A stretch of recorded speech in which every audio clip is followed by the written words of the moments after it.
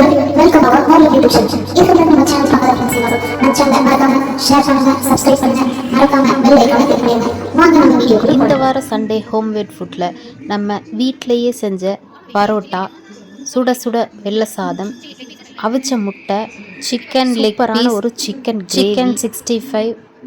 வாங்க இந்த சூப்பரான சமையல் எல்லாமே ஹோம்மேட் எப்படி செய்கிறதுன்னு பார்க்கலாம். முதல்ல நம்ம சிக்கன் கிரேவி தான் செய்ய போகிறோம். குக்கர் வச்சு தேவையான அளவு எண்ணெய் ஊற்றிக்கோங்க. ஆயில் நல்லா ஹீட் ஆனது பிரிஞ்சி இலை, பட்டை, கிராம்பு, ஏலக்காய், ஒரு அன்னாச்சிப்பூ, தேவையான அளவு சோம்பு போட்டு எல்லாம் நல்லா பொரிஞ்சதும் கருவேப்பிலை ஒரு கொத்து, அரைச்சி வச்சுருக்க பெரிய வெங்காயம், 4 பச்சை மிளகாய் ஆட் பண்ணிக்கோங்க. இதை எல்லாத்தையும் நல்லா ஒரு முறை கலந்து விட்டுக்கோங்க. இந்த வெங்காயத்தோட பச்சை வாசம் போய் ஒரு லைட் ப்ரௌன் கலரில் வெங்காயம் வதங்கி வரணும். சைட்லையே நம்ம புரோட்டாவும் ரெடி ஆகிட்டுருக்கு.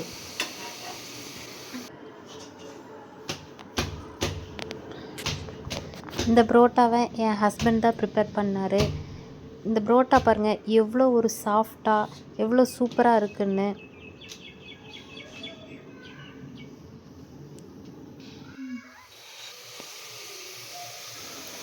உங்களுக்கு புரோட்டா ரெசிபி வேணும்னா கமெண்ட் பாக்ஸில் புரோட்டான்னு கமெண்ட் பண்ணுங்கள். உங்களுக்கு நான் ரெசிபியை ஷேர் பண்ணுறேன். கொடுத்தேன் அது பாருங்க, அவள் எப்படி உருண்டையாக பிடிச்சி வச்சுருக்கான்னு.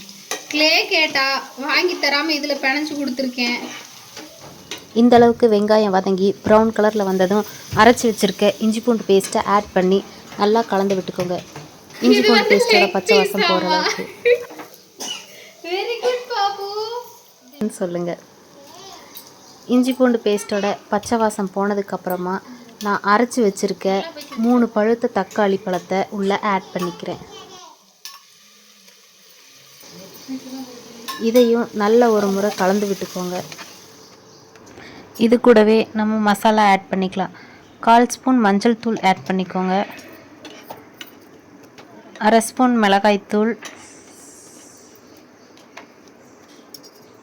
1/2 கரண்டி மல்லித்தூள், 2 கரண்டி சிக்கன் மசாலா.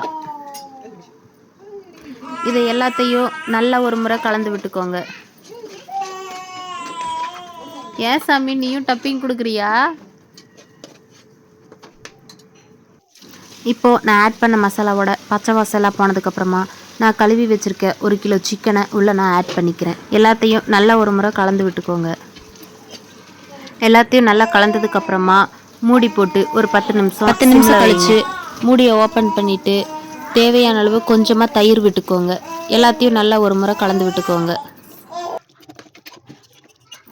எல்லாத்தையும் நல்லா கலந்ததுக்கப்புறமா நமக்கு கிரேவி பதம் வேணுங்கிறனால கொஞ்சமாக தண்ணி ஊற்றிக்கிறேன். இதை நான் குக்கர் மூடி போட்டு ஒரு 3 விசில் விட்டு எடுத்துக்கிறேன்.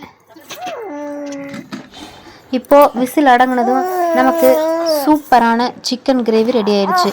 இது மேலே மல்லி இலையை தூவி லைட்டாக ஒரு தடவை கலந்து விட்டுக்கோங்க. இந்த கிரேவி புரோட்டாக்கு மட்டும் இல்லை, சாதத்துக்கும் சூப்பராக இருந்துச்சு. நான் சாதத்துக்கு புரோட்டாக்கு 2க்குமே இந்த கிரேவியை தான் யூஸ் பண்ணேன். தக்காளி, கொஞ்சமாக புளி, தண்ணி விட்டு இதை கரைச்சி எடுத்துக்கலாம். சீரகம்,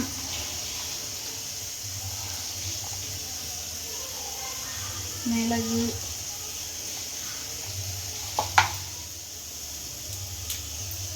ரெண்டு பல் பூண்டு தட்டி எடுத்துக்கலாம். ஒரு 5 சின்ன வெங்காயம், 2 பச்சை மிளகாய் தட்டி எடுத்துக்கலாம்.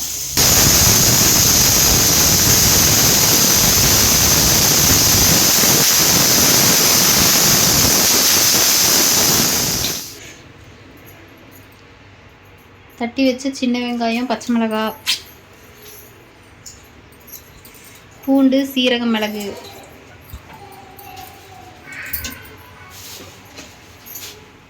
கட் பண்ணி வச்ச பொடியா வெங்காயம்,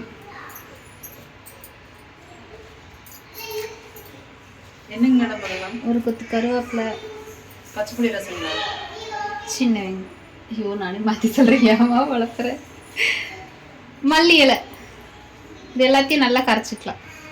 ஆமாம், கடைசியாக கொஞ்சமாக உப்பு எல்லாத்தையும் நல்லா கரைச்சிக்கலாம்.